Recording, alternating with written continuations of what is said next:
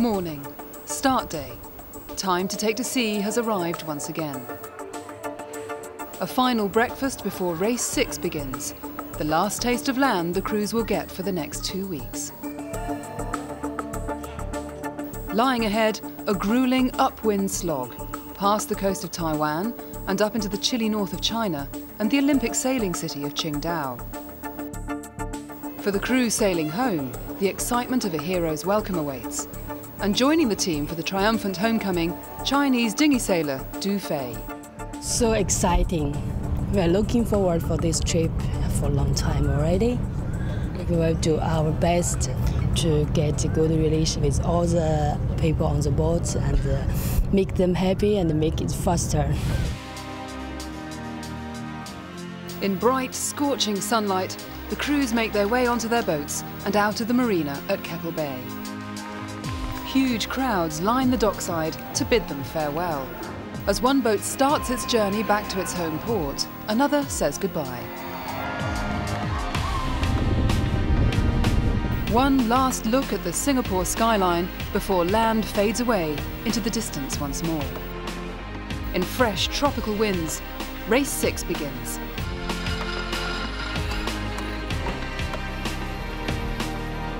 The hard slog of open ocean racing quickly replaces the relaxation of life on land.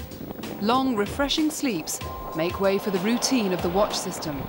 Luxury is in short supply on a 68-foot racing yacht. But for the Clipper crews, this is the reality of racing around the world by sail. As the boats edge out into open ocean, the wind picks up and the boats resume their familiar heel. Down below, life is at a constant angle. Standing still requires holding on. Walking is actually climbing. What used to be level is immediately on a slope. It's a punishing experience. It's at an angle and it's bouncy, and even the simplest task takes forever. Just checking what's in the cupboard just exhausts you. Cooking becomes a lethal pastime. A boiling kettle must be handled with great care. Wow, did it! Next phase, delivery. That's the tricky part. Keeping the crew fed and watered is an exhausting challenge.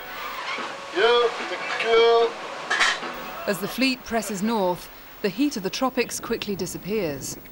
Hot, humid conditions are replaced by cold, violent storms.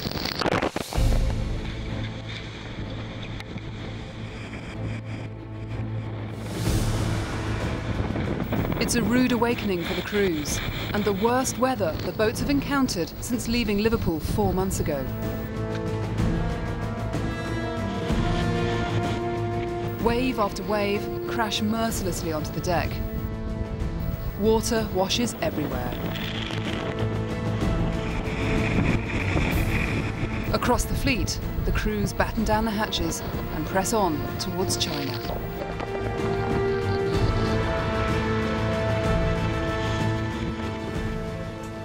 On board Durban 2010 and beyond, water is not just an issue on deck. The compartments under the floorboards or bilges are awash with seawater, weighing the boat down and keeping everything damp below deck. Clearing it out is a non-stop battle. Clearing out all the bilges, getting all the dirty water out.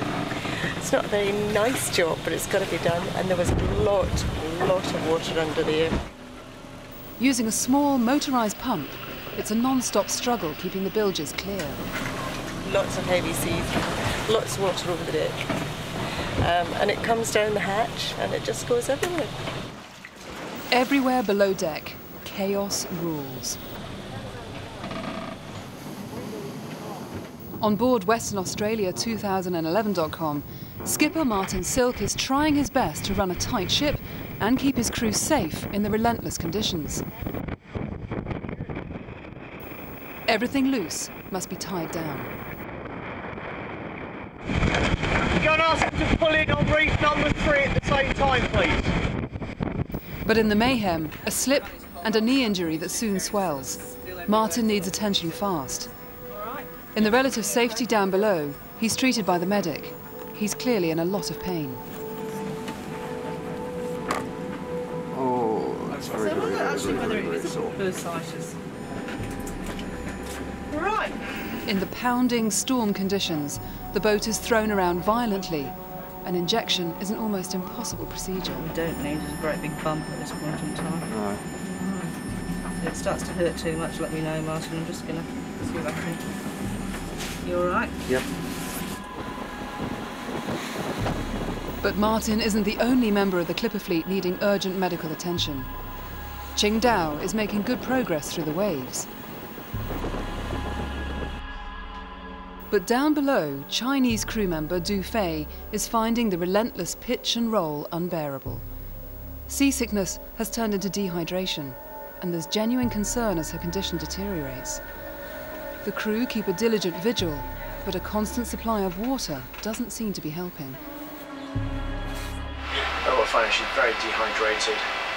1 minute very hot, 1 minute very, very cold. I think Marcus is as concerned as ever about the crew. Safety comes first. Trying to get some more fluids down her throat, and if not, then we'll obviously have to put a drip in her and get some fluids up her that way. As the boat presses on, Du Fei's condition fails to improve. Skipper Marcus Cholerton-Brown considers his options with race control. Okay, well, we can certainly, we're about 350 miles away from Manila is our nearest port at the moment, which would take us, well, with these winds, a good day and a half to get to. But with the storms raging outside, Marcus has to act fast. In challenging conditions, he administers an intravenous drip, miles from land. It's his only option. Obviously things are completely different. You can't, ship people off to a hospital.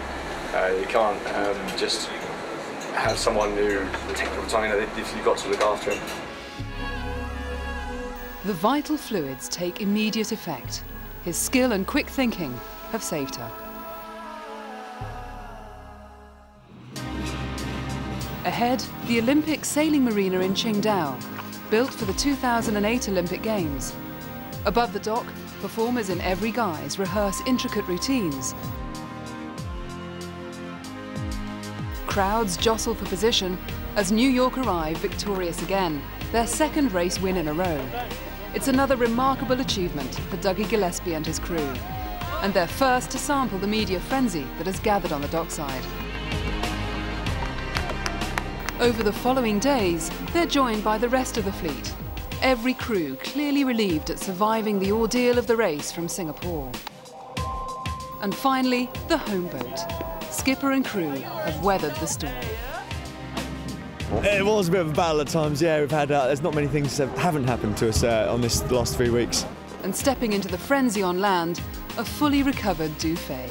For Marcus, the spectacle is overwhelming. It's been quite an event. People of Qingdao have given us a welcome that I never expected. It's just fantastic. And they're so warm, everyone's been really friendly. For the crew, a taste of celebrity. The home boat has made a triumphant return. Got my cape. This used to be given to the generals when they came back from battle. If they've been successful, then they got given a cape for safely bringing their troops back. It's an unprecedented welcome for the crews of the Clipper race. And the end to a race that has tested the resolve of crews and skippers to the limits.